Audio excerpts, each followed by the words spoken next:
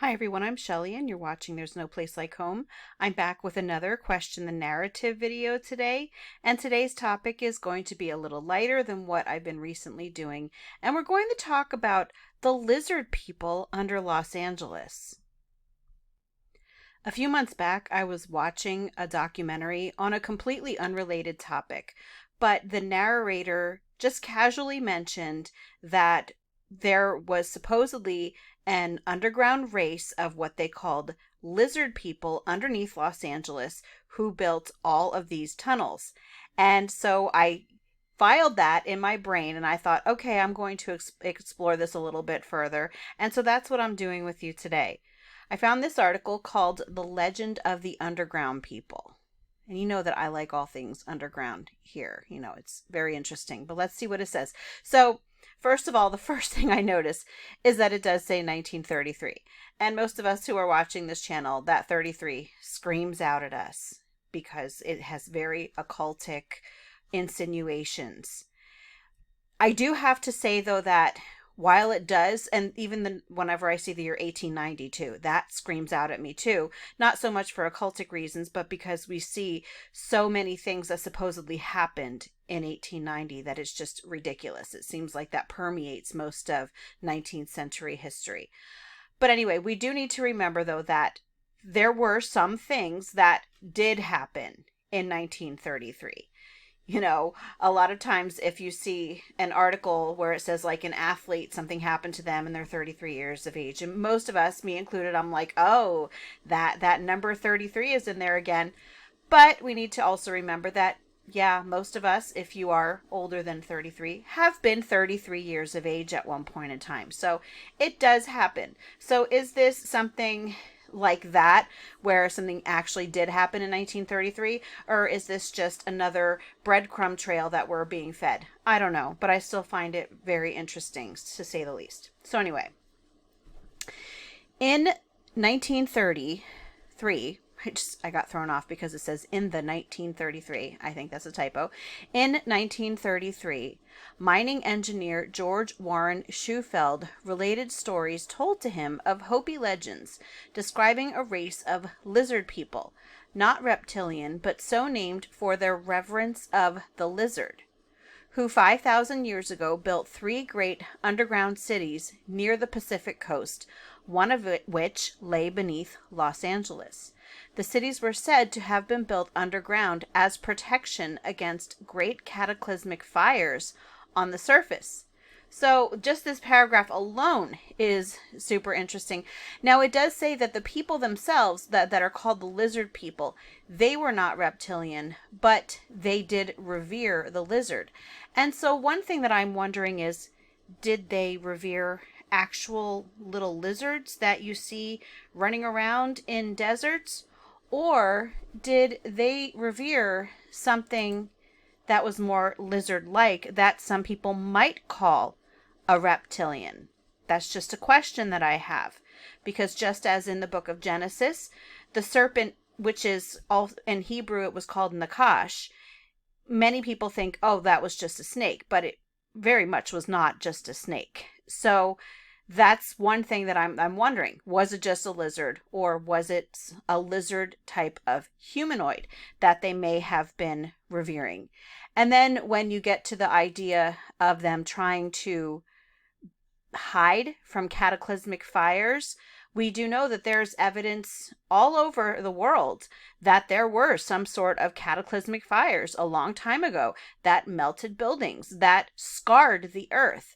So right from the surface, even though this here says that it's being used as legend and folklore, I think that a lot of times there is a lot of truth in legend and folklore. Let's continue on. Shufeld took on the mission to locate the city that lay beneath Los Angeles. He reported the underground city to be laid out in the shape of the revered lizard, extending from its head under northeast Los Angeles to its tail below the downtown Central Library.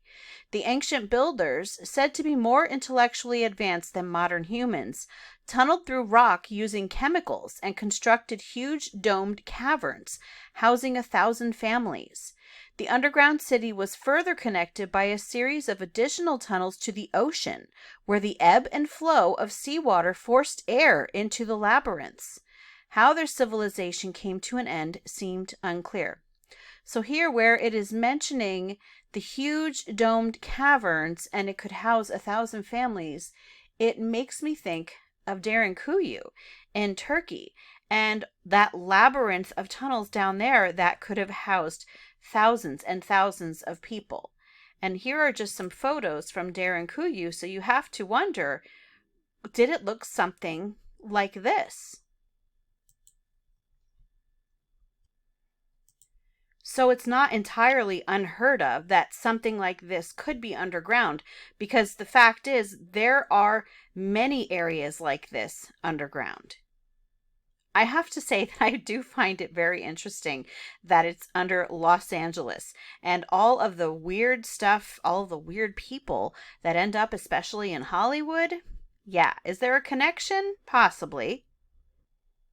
So right here, it looks like this is an article about this. It's a Los Angeles Times article from 1934, and it looks like they did not have an editor because people is spelled wrong in the headline. And yeah, these things stand right out to me. Anyway, let's just continue. In 1934, Shufeld, who claimed he had developed a device called a radio X-ray, announced that he located tunnels and a treasure room beneath Fort Moore Hill in downtown Los Angeles. He claimed that gold objects would be found in the room. After acquiring funds to do excavating, Shufeld obtained permission from authorities and an agreement to split the value of any finds with the county to drill a 350-foot shaft. The work, however, was interrupted by cave-in concerns, and by spring had ground to a halt when funding and media attention ceased. Shortly thereafter, Shufelt disappeared from public view. He died in 1957 and is buried in North Hollywood. Incidentally, just prior to Shufeld's 1934 drilling, Pico Rivera resident and psychic Edith Eldon Robinson reported a vision of a vast city in mammoth tunnels extending to the seashore. And so this is supposedly what these underground tunnels looked like. Los Angeles Times photos of Shufeld at work and illustrations and a map from the article. Lizard People's Catacomb City. Now it says in the article that the catacombs are shaped like a lizard, but I don't see that. At least not from looking at this like this. I don't see a lizard there, but maybe it's just me, and I don't really think that is that important. But anyway, so what this had me thinking of, though, is just the idea that we know that so many of these, quote, legends do share characteristics with countries all over the world. Countries that supposedly had nothing to do with one another and were never really interacting with each other. And I know that we have a lot of questions about whether that's even true. But I mentioned the Nachash in Genesis 3, where you hear of that. So let's first check that out. Now, I know these are supposedly lizards. Well, they worship lizards. So just keep in mind that I am going from the angle that these people from 5,000 years ago were not worshiping like little bearded dragons or little chameleons. I'm going from the angle that they were actually worshiping some sort of lizard-like humanoid, some sort of reptilian that, you hear so much about nowadays. And there is the thought that these creatures do live underground. And that's something else that they all seem to have in common, is that you will find that there are reports that these things are living under the ground. And that is actually true of the Naga, which we're actually going to be looking at also. But yeah, the Nachash, not a lizard, it's a serpent, but they both have reptilian features. So if you would look at something that many people claim the Nachash of Genesis may have looked like, it may have been actually very similar to what some people might call a lizard-like humanoid because they had these reptilian features. And again, this is all speculation, but I find it very interesting. So This is just on the word Nachash. Genesis 3 introduces the enigmatic figure of the serpent, also known by other names such as the Great Dragon in Revelation 12:9 and 22, known as Nachash in Hebrew, which has raised questions about whether the Bible claims that a literal talking snake existed. And you know what I think? I do not think that it was a literal talking snake in the Garden of Eden. Depictions of a serpent speaking to Eve, such as Franz Wouter's The Temptation of Eve, are familiar sights in museums and have led many to believe that Eve was speaking with a reptile, but perhaps there was something more to it than just a talking snake. The Hebrew root of the word Nachash, which refers to a serpent, is also the root of the Hebrew word for copper, brass, or bronze. Although they have distinct meanings, the connection between these words becomes apparent when considering the symbolic representation of serpents in the ancient world. Serpents were often associated with divinity, wisdom, and the idea of enlightenment, shining or gleaming. In Hebrew, the word Nachash can also be interpreted as the shining one, or the one who shines. And I do have to say that the shining one is a term that was used very often to describe the Elohim of the Bible, which is where the connection with the term Nehoshet, bronze, copper, brass, emerges. The International Standard Version of the Bible, for example, translates Nachash as shining one instead of serpent, which highlights the shared connotation of both terms. And so in Genesis 3:1, it says, "Now the shining one was more clever than any animal of the fields that the Lord God had made." In this case, Nachash is not a reptile, but an impressive, shiny, angelic being, much like Paul's description of Satan, for Satan himself masquerades as an angel of light, and that's from 2 Corinthians 11:14. Thus, the Hebrew word Nachash can have multiple meanings. It can refer to a snake and to an impressive, angelic, shining being, who perhaps has some snake-like features. I'm just going to interject that in Gary Wayne's book, The Genesis 6 Conspiracy, he asserts that the Watchers who came down and mated with the human women in Genesis 6 had serpent-like features, and thus the Nephilim that were created from the union of these Watchers and human women had very viper-like features. Continuing on, it says, "Furthermore, its consonants can form the root of a word for deception, meaning the serpent can also be understood as a deceiver or diviner. In fact, even in modern Hebrew, we will still use the word Nachash to describe someone who is deceitful." So it can mean all three of those things. It can mean serpent-like, it can mean deceitful, and it certainly can mean shining. Interestingly, Eve was not alarmed when conversing with the Nachash, probably because she was aware of other angelic beings. However, she could not have known about the Shining One's malicious intent until it was too late, leading to the fall of both him and humanity. We better imagine Satan not as a reptile, but as an impressive-looking angelic being, perhaps with some snake-like characteristics. It is plausible that the Nachash became the legless reptile only after it was cursed by God. These characteristics are also found in other divine beings throughout the Bible. For example, serpentine descriptions of divine beings appear in Isaiah 6, where God is surrounded by winged seraphim. The term seraph means to burn and is often associated with fire, but it is also a word for snake. Ancient Egyptian iconography and language offer further insight, suggesting that the talking serpent in Genesis 3 may be a divine serpentine-looking being in rebellion, similar to the fiery seraphim that worship God before his throne. In the past, serpents were frequently associated with divinity and wisdom, and I will say that in ancient Egyptian mythology, there are seraphim, and they are fiery snakes. In Genesis 3:1, the serpent is described as more crafty than any other beast of the field that the Lord God had made. This verse can be interpreted in two ways. Either the serpent was the craftiest beast of all, or it was much more crafty than the beasts because it was an angelic being. In the ancient Near East, There was no clear distinction between the natural and supernatural realms as we understand them today, particularly not in the Garden of Eden, where even God himself physically walked in the garden with Adam and Eve. All creatures, including humans and angels, were seen as beings created by God and possibly lived together in the same place.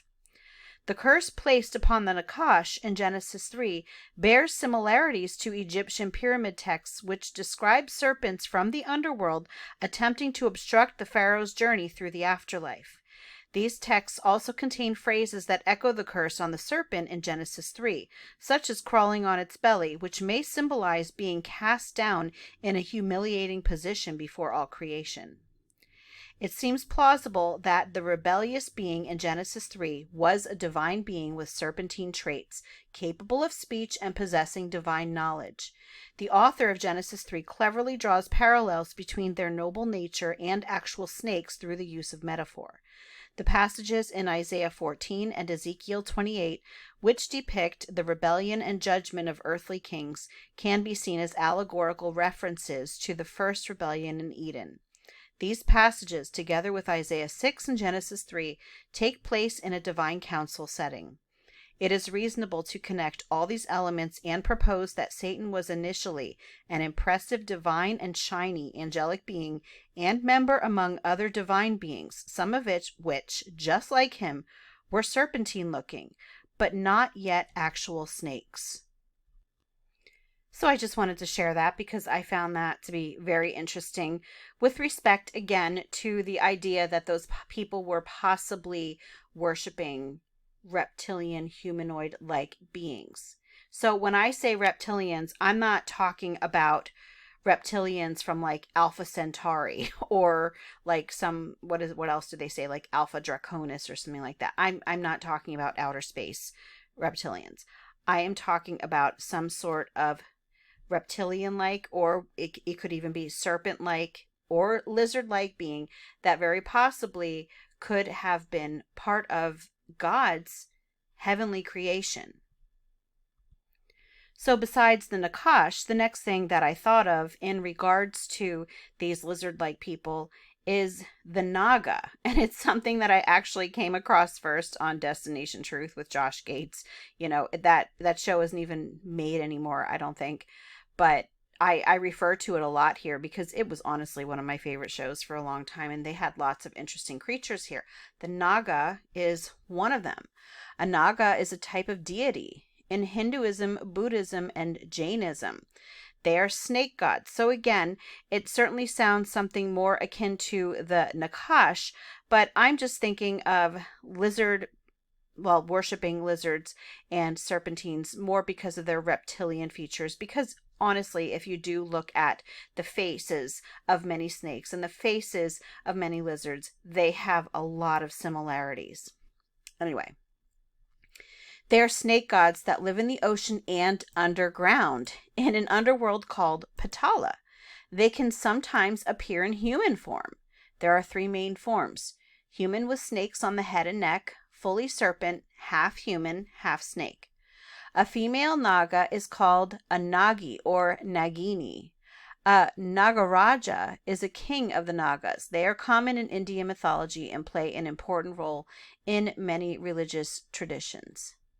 And how many are there? Well, not that many. So we'll just read about the Naga too. Nagas are very common in Hindu mythology and art. They are described as a proud and powerful race of semi-divine beings that can take on many forms. They live in an enchanted underworld filled with jewels, gold, and other treasures. And what else does it say that they were supposedly going to be able to find? Didn't it say that he was looking to find gold there? Yes, so right here it says that in 1934, Shufeld, who claimed he had developed a device called a radio X-ray, announced that he located tunnels and a treasure room beneath Fort Moore Hill in downtown Los Angeles. He claimed that gold objects would be found in the room. So again, we've got this other similarity besides, these beings have some sort of reptilian-like features. They live underground. I'm assuming that the Naga may very well also have some sort of labyrinth of tunnels underneath. But then they also have gold with them too. So that's something that I didn't even notice earlier when I was looking through this. It gets better and better. So anyway, they live in an enchanted underworld filled with jewels, gold, and other treasures. This world is called Naga Loka or Patala Loka. The Nagas are guardians of treasures and keepers of magic. They are often seen in bodies of water such as lakes and oceans. I think that the Nachash have something to do. I think one of the definitions of Nachash is a diviner. I'm going to go look that up right now. Yes, so right here, in Strong's Concordance, it says that another meaning for Nachash is to practice divination. So there's a link between the Naga and the Nachash, and I'm willing to bet that if these people were worshiping these lizard people 5,000 years ago, there was a reason they were worshiping these beings 5,000 years ago, and it wouldn't surprise me if magic certainly had something to do with it. Okay, going back to reading here, it says, and this is about the Naga again, they are often seen in bodies of water such as lakes and oceans. Their power and venom is potentially dangerous to humans. However, many Nagas are benevolent, such as in the story called Samudra Manthan, where the Nagaraja Vasuki, who lays on Shiva's neck, becomes a rope used by the gods and asuras for churning the ocean of milk. The Naga's eternal enemies are the Garudas, a bird-like deity. Vishnu is often portrayed resting under Shesha's hood. I'm probably saying all these things wrong, or laying on Shesha, but the symbolism can be found among other deities too. The serpent is commonly seen in art featuring Ganesha. And here is the Buddhist explanation of the Naga. Nagas are a common deity in Buddhism. They usually appear in the form of a giant cobra with one head or many heads. Okay, that makes me think of something in Egyptian hieroglyphics. Hold on. I just realized that I told you to hold on. Like, I'm not actually going to pause it and skip right to this section, but that's what I did anyway. So, yeah, in Egyptian mythology, you will see something that looks like a cobra on the headpieces of the pharaohs. And additionally, and I will say that pharaohs claimed that they were divine. They claimed that they were the descendants of the gods. And this is something that I've talked about in some of my other videos. This is something that you see in rulers around the world. They all claim to have some sort of divine heritage. Now, we also have in Ireland the Tuatha De Danann. And these are the Fae folk who also are said to live underground. And what do you see here on the head of one of these people of the Tuatha De Danann? That certainly looks like a snake to me. And this also looks very serpent-like. So more similarities with more places around the world. Okay. So it says, sometimes Nagas will use their magic powers to transform into human form. They are often called dragons in English and are understood across Asia as being the same as dragons. It is believed that Nagas live both underground in their own world and in the world of humans. Some live in the earth in places like caves and caverns, while others live in water such as oceans and lakes. The Nagas are the followers of Virupaksha, one of the four heavenly kings. They are also guardians on Mount Sumeru and protect the devas of, Trayastrimsha heaven from the Asuras. There is a story of a Naga who appeared in human form so that he could become a Buddhist monk. The Buddha told him that only humans were allowed to become monks. The Naga took the 5 precepts so that he could be reborn as a human in a future life. There is also an episode in the Lotus Sutra where the 8-year-old daughter of the Dragon King transforms into a male, I'm not even going to try to say that word, and then becomes enlightened. This story may be a reference to the idea that a person must have a male body in order to become a Buddha. I'm not really sure what that has to do with the Naga. I guess Dragon King. Anyway. One popular Naga in Buddhism is Mukalinda, who is a Naga king and a protector of the Buddha. In the Vinaya Sutra, King Mukalinda uses his hood and 7 heads to shelter the Buddha from a storm. Then the king takes the form of a young Brahmin and worships the Buddha. According to tradition, Nagarjuna was given I can't say that, by Nagas who were guarding them after the Buddha left the world. As always, I will leave all of these articles in the description box, and I will apologize for not being able to say many of these Indian words. But that's really all that I wanted to share with you today. I just found some of these connections interesting, and I found the whole idea of there being all of these tunnels under Los Angeles, of all places, having to do with these lizard-like beings. It's just, yeah, I found it comical when you think of all of the things that happen in Hollywood, but the things that happen there are not very comical, are they? But anyway, that's all that I have for you today. If you like this video, give it a thumbs up. If you haven't subscribed and would like to hear more of what I have to say, I would love if you would do that. If you have any questions or comments, you can leave one either here or over on Instagram. And if you like my work and would like to check out my YouTube membership, I will leave a link in the description box for that, or you can just click on it right on my channel page. And I hope you have a great day.